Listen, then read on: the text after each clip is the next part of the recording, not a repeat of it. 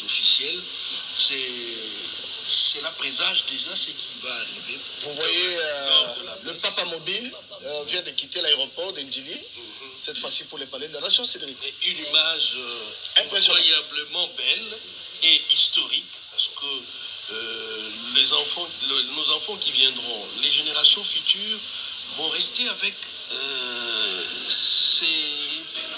pas du tout cliché, mais cette belle image de l'entrée dans l'aéroport international d'Ndjili. On voit les papes sortir avec un cortège de motards et autres, et la foule juste à côté, avec voilà, en effervescence d'ailleurs, quand on le voit, amassé tout autour de l'aéroport. C'est historique, c'est saisissante, c'est au-delà de tout entendement, il faut vivre cela. C'est commenter. C'est vraiment historique, c'est émouvant en même temps. Vous voyez, la population s'est amassée le long de... Il faut préciser que la RTNC a déployé tout ce qu'elle a comme matériel. Nous allons suivre donc les cortèges jusqu'au palais de la Nation, et l'image passe en direct, n'est-ce pas? Et il faut dire que comme étant chrétien, donc on dit la RDC est un pays béni. Donc l'arrivée du pape est vraiment une grâce pour les chrétiens, c'est vraiment une bénédiction et c'est vraiment émouvant. Personne ne veut rater à cet instant. Vous voyez les gens, la population est en train d'accompagner les cortèges du pape. Le pape dans sa Papa Mobile. En train de bénir avec son anneau papal. Son anneau papal. Oui. En fait, cette bénédiction, c'est le pape, c'est comme le vicaire du Christ au sein de l'Église catholique. Alors la bénédiction, c'est le Christ qui donne directement sa bénédiction au peuple de Dieu qui est là, toutes tendances confondues. Et c'est vraiment une grâce pour ceux qui ont l'opportunité de remarquer. Personne ne veut rater ce moment historique, ce moment fatidique. La première visite d'un pape à RDC remonte en 1980. 85. Non, 85. Deuxième visite en 85. Donc le pape Jean-Paul II a visité par deux fois le Zaïre à l'époque, la RDC. Et 38 ans après, nous accueillons le pape François qui vous apercevez dans cette voiture qu'on appelle Papa Mobile.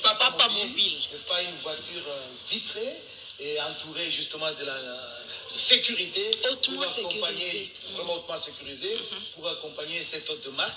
Il n'est non seulement pape, mais il est aussi chef d'État.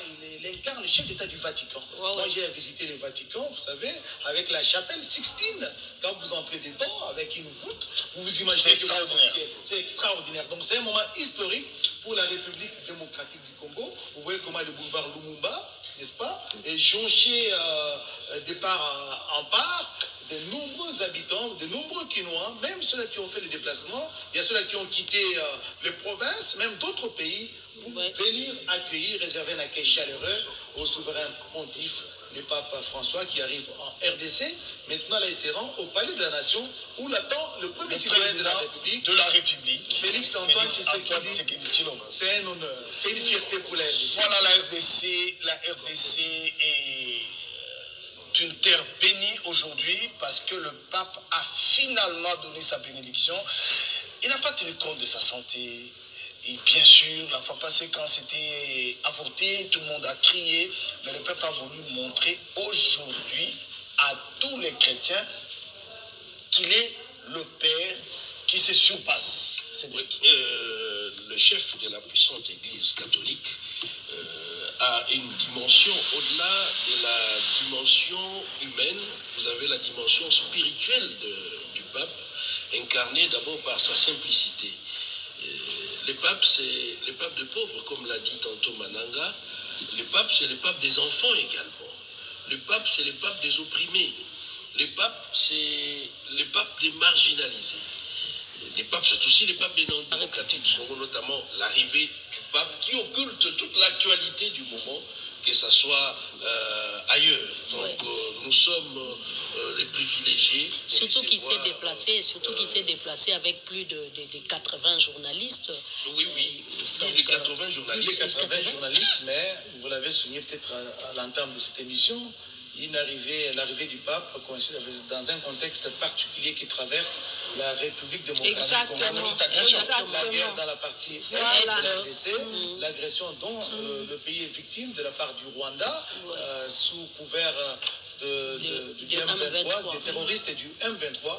Je pense que la voix du pape va porter aujourd'hui pour faire voir au monde que ce qui se passe en RDC doit attirer l'attention de la communauté internationale autant qu'elle le fait pour la guerre qui se vit en Ukraine. Voilà. Oui, Oscar, je pense que... Je vais vous donner la parole tout à l'heure. Nous rappelons à tous les téléspectateurs qui viennent de se brancher sur la radio-télévision nationale congolaise qu'il était 14h43 lorsque l'avion du pape s'est posé à Kinshasa. Et là, les images que vous suivez en ce moment, c'est les cortèges du pape qui a quitté l'aéroport de Ndili pour saluer. Regardez l'ambiance.